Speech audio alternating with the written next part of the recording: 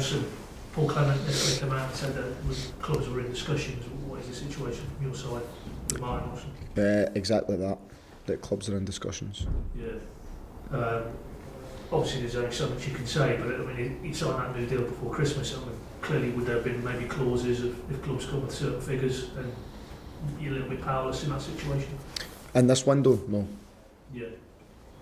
So really, then you're in control of that situation. Then it's not a case that they've met a figure. It's not a case that we're forced to sell Martin. No, yeah. If that's no. What is your thoughts with that? Because obviously, as we sort of said, with the talk around Robbie as well, he's probably your first choice left back, or one of your two options really. So. Yeah, but it's like anything else. That if you want to try and do business, you want to freshen things up, then what you can't do is be really restrictive in who you're prepared to move on. Because the fact is that sometimes that's not the ones that can move.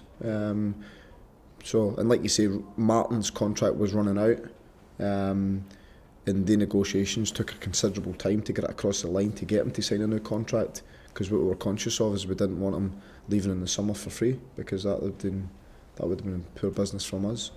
But where are we now? Here and now, obviously you've got a game tomorrow. If his representatives have been discussing with Swansea, is he available for this weekend? Will he play? Because obviously there's moves afoot. Yeah, well, like you say, I think depending on what the outcome is of today, if there is any, then we're uncertain at the moment, so it really depends what happens, if anything. I mean, it might come to nothing, it might come to something, I'm not quite sure at the moment. How far down the line is it? I mean, are we talking medicals and things like that? Yeah, well, we're talking, but it's discussions in terms of terms and things like that are getting discussed. But if that is the case, then clearly you're going to have to more or less plan that he's not going to be available tomorrow in terms of what you've done with your teammates. Yeah, of course.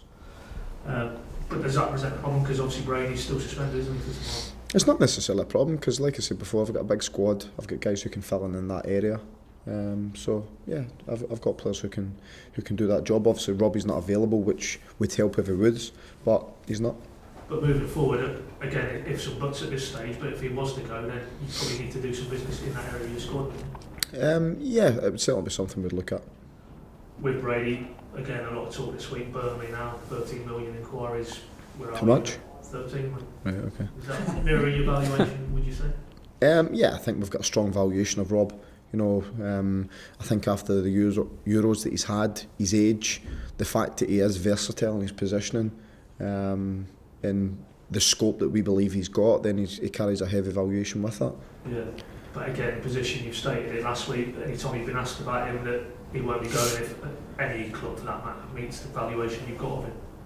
You what, sorry? He won't be going anywhere unless a club comes and meets whatever. Yeah, no, of course that remains the same. Yeah, so that doesn't change. So with Brady, has he moved on a touch really in the last 7 days or so in terms of from speculation to any actual body coming to you with a bid?